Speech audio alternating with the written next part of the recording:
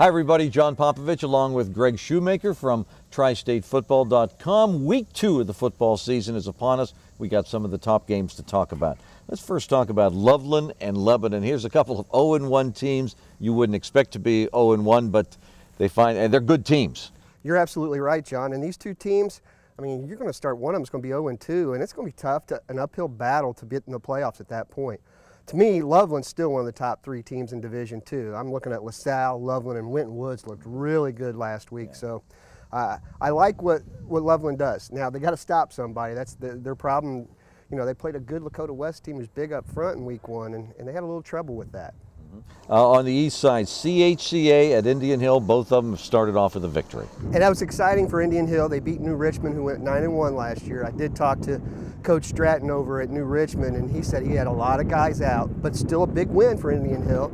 And if they get this one against CHCA, both of those teams, New Richmond and CHCA, are going to win a lot of games. So the Hardman points are going to build for an Indian Hill school that, quite frankly, we didn't think was going to do much this year. A couple heavyweights in the pit, Lakota West and Elder. I think this is the game of the night because the winner of this one, talk about Hardman points, you're going to have Lakota West grabbing some Elder Hardman points and some Loveland Hardman points if they get that. That's right. Lakota West looked really good offensively last week. Now they've got to stop somebody, and we know this much about Elder and Peyton Ramsey. They can put points on the board in a hurry, and Javari Portis, their new running back, had 100 yards last week. He looks really good. If you go way out east, Clinton Massey, of course, a state champion. Waynesville comes in, both 1-0 clubs. Both 1-0, and this is a rivalry game, even though it's not a league game. Both of these teams circle this date on the calendar, and last year it was only a 2-point affair with Clinton Massey coming out on top of that one. I expect another close game.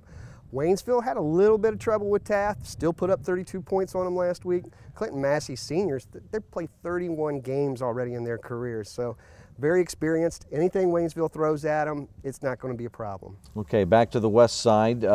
East Central hasn't won in 2 games. The intriguing part of this is LaSalle coming off that big victory over Coleraine. Not only a big victory, impressive. They were just 400 yards rushing in that game. I like LaSalle. They're big up front. Like we said earlier, I think they're one of the 3 top teams in Division II Region 6 right now. Now, getting into the playoffs is going to be a whole different story with that schedule they have and playing in the GCL South. They've got to capture 1 or 2 of those wins in that league to get into the playoffs. Okay, let's go to Kentucky. Campbell County and Newcath.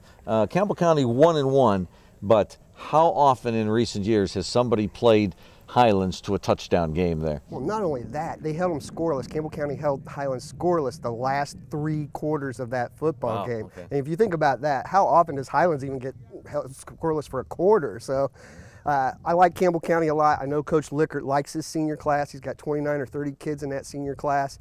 They're big, they're physical, they're old. It's, you know, Brady Labor, one of our guys out in the field, was saying they've changed the whole culture out there at Campbell County, and I believe it.